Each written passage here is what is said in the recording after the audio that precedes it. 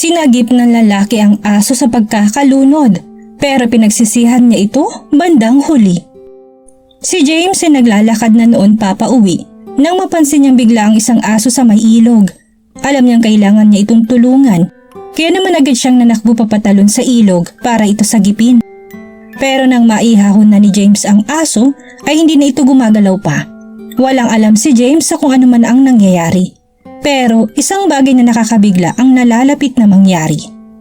Napuna kaagad ni James ang kakaibang mga itim na spots sa tiyan ng aso. Hindi niya malaman kung ano ito, pero tsak niyang hindi ito maganda. Kaya napag-isipan ni James na madala ang aso papauwi para ito malinis. Subalit hindi pa rin niya maalis ang mga itim na spots na bumabagabag sa kanya. Nang mapansin naman ng magulang ni James ang sitwasyon, ay agad na silang tumulong sa pamamagitan ng pagdadala ng aso sa vet. Doon, base sa konklusyon ng vet, ang aso umano na kanilang dala ay hindi gaya ng ibang aso sa paraang may isang bagay na muli sa kanya na kinakailangan kaagad na maayos. Wala pa siyang nakikita na kagaya nun ayon sa vet. Kaya naman dinaan pa niya ang aso sa ilang test para matukoy kung ano nga ba talaga ang problema. Matapos naman ang mahaba-habang pagsusuri ay lumabas na rin ang resulta. Agad sinuri ng doktor ang resulta sa kanyang computer at dito namutla siya sa kanyang natuklasan. May isang bagay siyang nakita na hindi pa niya nakikita sa kabila ng tinagal niya sa kanyang propesyon. Agad na rin siyang tumawag ng mga pulis. Dahilan para si James ay talaga namang maguluhan ng sobra. Malamang na may komplikadong bagay na nangyari sa aso. Nagsimula ang lahat isang hapon ng Biyernes. Kinabukasan ay araw na naman ng pahinga at napaghandaan na rin ito ni James. Pagkaring ng bell ng eskwelahan, ay agad na nagmadali si James sa paglalakad pa uwi. May plano siyang gawin kaya naman nasasabik na siyang umuwi ng mga oras na yon. Dinaanan pa niya noon ang ilang parte ng kanilang lugar para makapaggala kahit na papano at madama ang ganda ng kanilang kapaligiran. Naputol lamang ang ganda ng kanyang pakiramdam nang bigla siyang makadinig na isang malakas na ingay. Nasundan niya ang ingay na ito papunta sa isang ilog na nang kanyang malapitan ay natanaw niya doon ang isang aso na naipit sa isang sanga. Nahihirapan ito at hindi makaalis kaya naman hindi na nag-alinlangan pa si James na matulungan ang natatarantang aso. Agad siyang tumalon sa ilog para mailigtas ang aso kahit na alam niyang hindi ito magiging madali dahil sa matindi nitong pagkakaipit. Nahirapan man ay nagawa pa ring maialis ni James ang aso sa sanga. Pagkatapos ay agad na niya itong dinala para maihiga sa lupa. Sa kabila na lahat ay waring hindi na nagpakita pa ng paggalaw ang aso. Hindi na ito ninais pang makatayo man lang. Dito na napansin ni James ang isang bagay na tila kakaiba. Ito ay ang kakaibang mga spots sa tiyan ng aso na hindi pamilyar sa kanya.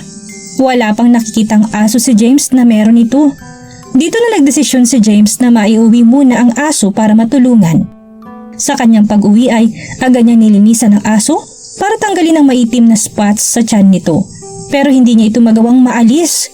Hindi alam ni James kung ano nga bang mangyayari kaya naman sa internet na siya umasa ng kasagutan. Kasabay noon ay bigla na rin dumating ang kanyang mga magulang. Nabungaran kaagad nila ang aso na nakahiga lamang sa isang pwesto at mukhang may dinadalang problema. Rason para magalit kay James ang kanyang mga magulang sa ginawa nitong pagdadala ng asong may malalang kondisyon sa loob ng kanilang bahay. Nadismaya ang mga magulang ni James at hindi natuwa sa sitwasyong dinala ng kanilang anak. Hindi nila kailangan ng isang may sakit na aso sa loob ng kanilang pamamahay. Walang magawa si James, ayaw din naman niyang iwan na lamang ang aso sa kalsada at pabayaan. Lalo na sa kondisyon nito, kaya naman labis lamang siyang nakiusap sa kanyang magulang na matulungan siya sa aso. Nagawa rin niyang maisadula sa kanyang magulang ang naging pangyayari kanina kung paano niya nailigtas ang aso. Nang makita naman ng mag-asawang matinding pag-aalala ng kanilang anak sa aso, ay napilitan na rin sila itong tulungan. Maging ang mga magulang ni James ay naghanap na rin ng kasagutan sa internet. Pinagpipilitan pa rin talaga ni James na matulungan ang aso kaya naman ang kanyang amang si Rick ang siyang gumawa ng paraan. At agad na niyang sinakay ang aso sa kanyang kotse at mabilis tong biniyahe patungo sa pinakamalapit na vet clinic. Kailangan niyang maging mabilis nang hindi na mas lumala pa ang kalagayan ng aso. Mabilis na nagmaneho si Rick papunta sa klinik At nang makarating siya doon, ay agad sinabi ng vet assistant sa kanya na kailangan pa nilang mag-set ng appointment. Sinabi ni Rick na ang aso ay nasa masamang kalagayan. Si Rick naman ay nagsabing kinakailangan na silang matulungan agad-agad. Sabay pakita sa assistant na kakaibang spots sa tiyan ng aso dahilan para maunawaan ng assistant ang sitwasyon. Agad kinausap ni Rick ng vet nang makita ang masamang kalagayan ng aso para tanungin kung saan niya ito natagpuan. Hindi na rin nag-atubili pa ang vet na kunin ang kanyang mga gamit para masimulan na ang pagsusuri sa aso. Malawak ng karanasan ng vet na yon sa pagtulong sa aso. Pero ang kondisyon na nakakita niya sa ngayon ay kakaiba at tila bago sa kanyang paningin. Sa mahabang taon niya sa pagiging vet ay ngayon lamang siya nakakita ng isang asong ganong klaseng spots na maaring maging delikado. Matapos ang ilang test sa aso ay wala namang nakukuha ang vet na solidong resulta. Kaya naman nagdesisyon na siyang magsagawa ng ilang special test para matukoy ng problemang nagpapahirap sa kawawang aso. Gayunpaman, ang resulta ay aabutin pa ng ilang araw bago makuha. Nais pa sanang iuwi ni James ang aso pero sinabi ng vet na mas magiging maayos ang lahat kung maiiwan muna ito sa kanilang pangangalaga. Sinang-ayunan din naman ito ng magulang ni James kaya naman nagpaalam na rin sila at umuwi na lamang. Ilang araw ang makalipas ay nakatanggap na si Rick ng isang tawag mula sa vet para sabihin nakuha na nito ang kabuoang resulta na may kinalaman sa kondisyon ng aso. Agad na ring tinawagan ni Rick ang kanyang asawang si Emma para maatasan itong sunduin si James matapos ang eskwela. Para nga naman sama-sama na silang makapunta sa vet clinic. Pagkadating naman nila sa vet ay naramdaman kaagad nila ang bigat ng sitwasyon. Nabungaran nila doon ang nagpapabalik-balik na mga tao na nakasuot ng puting kasuotan. Doon, ang vet ay tumingin ng seryoso sa pamilya para sabihin nakakita siya ng isang seryosong problema. Dito na rin tinanong ng vet si James at ang kanyang magulang ng mga katanungang may kinalaman sa aso. Kung saang parte ng ilog ito natagpuan at marami pang mga kakaibang bagay. Seryoso pang sinabi ng vet na kung hindi masasagot ng diretsyo ni James ang kanyang katanungan ay wala siyang magagawa kung hindi ang tumawag ng mga pulis. Nagsasabi naman si James ng totoo pero nagawa pa rin ng vet na tumawag sa mga pulisya. Si James ay nakadamang bigla ng takot at naguguluhan lalo nang pumasok ng mga pulis para siya'y dakipin. Ang kanyang mga magulang ay nagawa ng umiyak habang nakikiusap sa mga otoridad na wag nang hulihin ang kanilang anak. Sa kabila ng lahat, ay nabaliwala lamang din ang kanilang pakiusap at ganap pa rin silang nadala ng mga otoridad. Napagmasdan ng mga magulang ni James ang pagdala ng mga pulis kay James sa hindi nila malaman pang dahilan. Natatakot man ay nagawa pang tanungin ni James ang mga pulis kung ano bang kanyang nagawang kasalanan. Pero wala ni isa man doon ang sumagot sa kanya. Pagdating sa station, kung saan tinarato siya doon na parang isang kriminal. Sa puntong nagawa pa siyang itulak ng mga ito papasok na interrogation room. Pinusasan at iniwan doon ang nag-iisa. Maya-maya pa ay isang pulis ang pumasok ng kwarto para seryosong tanungin si James. Unang tinanong kay James ng pulis kung saan ito natagpuan ng aso at kung anong koneksyon niya dito. Sinabi naman ni James na hindi niya alagang aso na nakita niya lamang na naipit sa isang ilog at kanyang tinulungan. Walang nabago sa kwento ni James at labis itong nanindigan. Kahit pa halos 100 beses na siyang kinwestiyon ng pulis. Hanggang sa maging agresibo na ito sa kanya. At nang masabi na ng pulis ang tunay na kondisyon ng aso kay James ay labis na itong natigilan at nabigla. Maraming beses na umanong nakatagpo ang mga pulis ng aso na may kaparehas na kondisyon sa asong dinala ni James sa vet. Mga asong pinapainom umano ng mga gamot para maging mahusay sa pakikipaglaban. Mga gamot na iligal at pinagbabawal sa batas. Kaya naman matagal na nilang pinaghahanap ang taong nagpapainom ng mga gamot sa aso na nagiging dahilan ng kanilang maagang pagkamatay. Isa itong seryosong krimen na kinakailangang maagapan at talagang nakakabahala. Ilang buwang tinrabaho ng mga pulis ang misyon na yon. Mapanagot lamang ang organisasyong responsable sa nararanasang paghihirap at pagkamatay ng mga kawawang aso. Ang tagal nilang naghanap hanggang sa makakuha sila ng isang lead. May kinalaman sa pangalan ni Craig Johnson. Siya ang sinasabing leader ng organisasyon at kilala sa bansang Crazy Johnson. Kilala siya ng marami sa iligal na paraan at ilang beses na ring naglalabas-masok sa kulungan dahil sa masasama nitong gawain. Isang taong kinatatakutan ng kanyang mga kalugar. Kumbinsidong mga pulis na si Craig at ang kanyang mga bataan ang responsable sa lahat kaya dapat nila itong hulihin.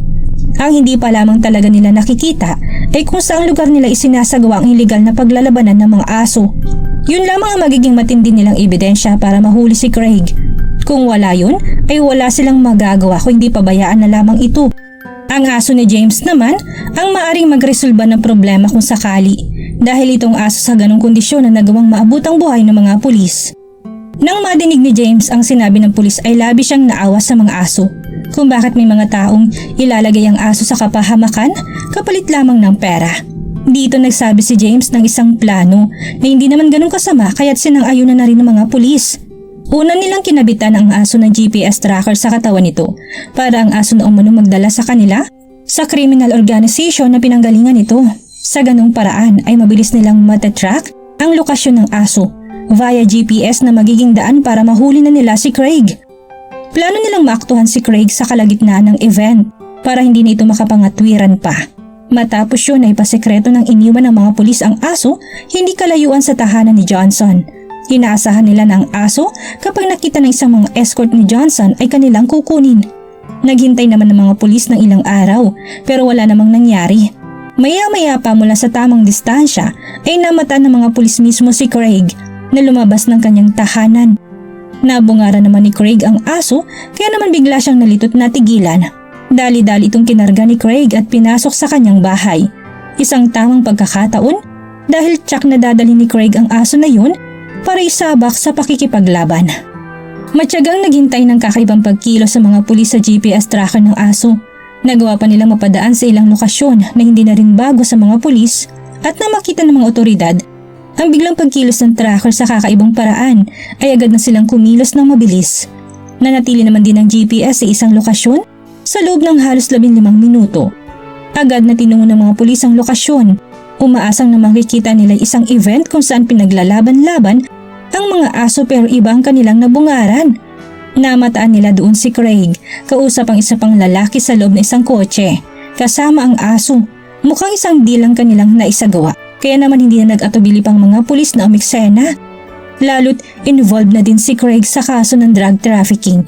Gayunpaman, bagamat sapat ng eksenang yun para hulihin nila si Craig, ay masigit pa rin itong nais ng mga otoridad. Nais nilang mahinto ng buong organisasyon ni Craig.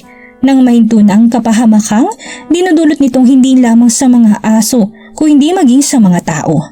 Pagkahuli ng pulis kay Craig ay agad nila itong ipinasok sa interrogation room. At syempre, anumang tanong ang gawin ng mga pulis ay binaliwala lamang ito ni Craig. Walang balak na ibulgar ang anumang sikreto ng kanyang organisasyon. Makalipas ang ilang oras, matapos mapagtanto ni Craig na wala na siyang lulusutan kung hindi matagal na pagkakakulong, ay napilitan na rin siyang magsalita para mabawasan ang kanyang kasalanan. Magsasalita lamang umano siya kung mapababa ang kanyang sentensya. Dito na isinadula ni Craig ang mga bagay na nais malaman ng mga pulis para matigil na rin ang lahat ng masasama niyang gawain. Ganap na rin nalaman ng mga pulis ang lokasyon ng dogfighting camp at kanila na itong susugurin. Ilang buwan nilang hinintay ang pagkakataon na yun. Nais na nilang mapusasan ng mga siraulong tao na gumagawa ng ganong klaseng krimen. Ang operasyon ay binuo ng 5 team para sa 5 ding espesipikong lokasyon na binanggit ni Craig. Isa itong large-scale operation dahil kinakailangan ng mga kapulisan para lamang matrabaho na magkakasabay ang lahat. Dahil sa operasyong ito ay 2 malalaking organisasyon ang nagawang tapusin ng mga pulis.